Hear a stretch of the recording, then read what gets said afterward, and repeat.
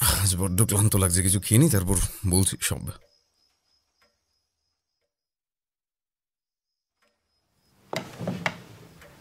ব্যোমকেশ হাত মুখ ধুয়ে পোশাক বদলে এসে ঘরের চেয়ারে বসল।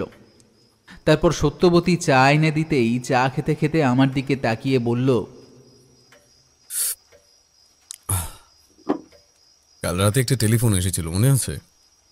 আন্দাজ করে বলো তো টেলিফোনটা কে করেছিল?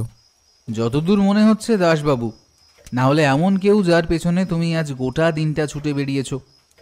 দাসবাবু নয়, তবে দ্বিতীয় কথা ঠিকই বলেছ। তবে কেসটাও জটিল, বুঝলে অজিত। আজ গোটা দিন ধরে লোকটার সন্ধান করে বেরিয়েছি, কিন্তু তেমন কিছুই হাতে আসেনি। কোনো খুনি নাকি? মানে কেসটা কি হয়েছে বলো তো? বর্তমানে নতুন করে কোনো কেস হয়নি। আসলে আমার মন বলছে নতুন কিছু হতে চলেছে। আমায় যে টেলিফোন করেছিল সে আসলে একজন খুনি। তবে সমস্যা হলো, বেশ কয়েক বছর আগে একটা কেসে আমি তাকে জেলে পাঠিয়েছিলাম। এবার এখন সম্প্রতি মাস দুয়েক হলো সে জেল থেকে বেরিয়েছে। কাল রাতেই আমার টেলিফোন করেছিল। তবে আমার কেন জানি না মনে হচ্ছে সে নতুন কিছু একটা করতে চলেছে, এবং তাই আমি টেলিফোন করেছিল। আজ দাসবাবুকে নিয়ে তার থাকার মতো সম্ভাব্য সব জায়গাগুলোই খোঁজ খবর চালিয়েছি, কিন্তু কোথাও তার টিকিটাও পাওয়া যায়নি।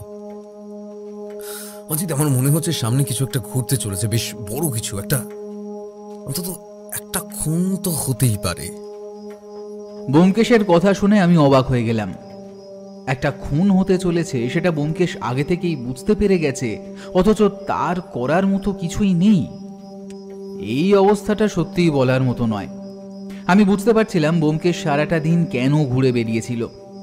এবার সত্যিই আমার খারাপ লাগলো। আসলে আমায় নিয়ে না যাওয়ার জন্য একটু রাগ আমার হয়েই ছিল। তবে যখন বুঝতে পারলাম ব্যাপারটা একটু অতিরিক্ত জটিল, তখন আর মনে মনে রাগটা জিইয়ে রাখতে পারলাম না। তার বদলে বললাম, আচ্ছা, তুমি তো তোমার মতো চেষ্টা করেছো, এবার তারপরেও যদি কিছু হয়ে যায় সেখানে তো তোমার দায় নেই। অনেক বছর আগে, তখনও তোমার সাথে আমার তেমন পরিচয় হয়নি অজিত। তখন ভদ্রলোককে আমি গ্রেফতার করিয়েছিলাম। তবে সেই কাজে আমাদের দুজন সাহায্য করেছিল। এবার আমার ভয় হচ্ছে, এখন যদি লোকটা বেরিয়ে এসে তাদের উপর আক্রমণ করে বসে তাহলে কি হবে। আমি চাইলেই তাদের উপর পুলিশি পাহাড়ের ব্যবস্থা করতে পারি, কিন্তু তাতে সমস্যার সমাধান হবে না। এখন তাহলে তুমি চাইছোটা কি? আমি চাইছি লোকটার গতি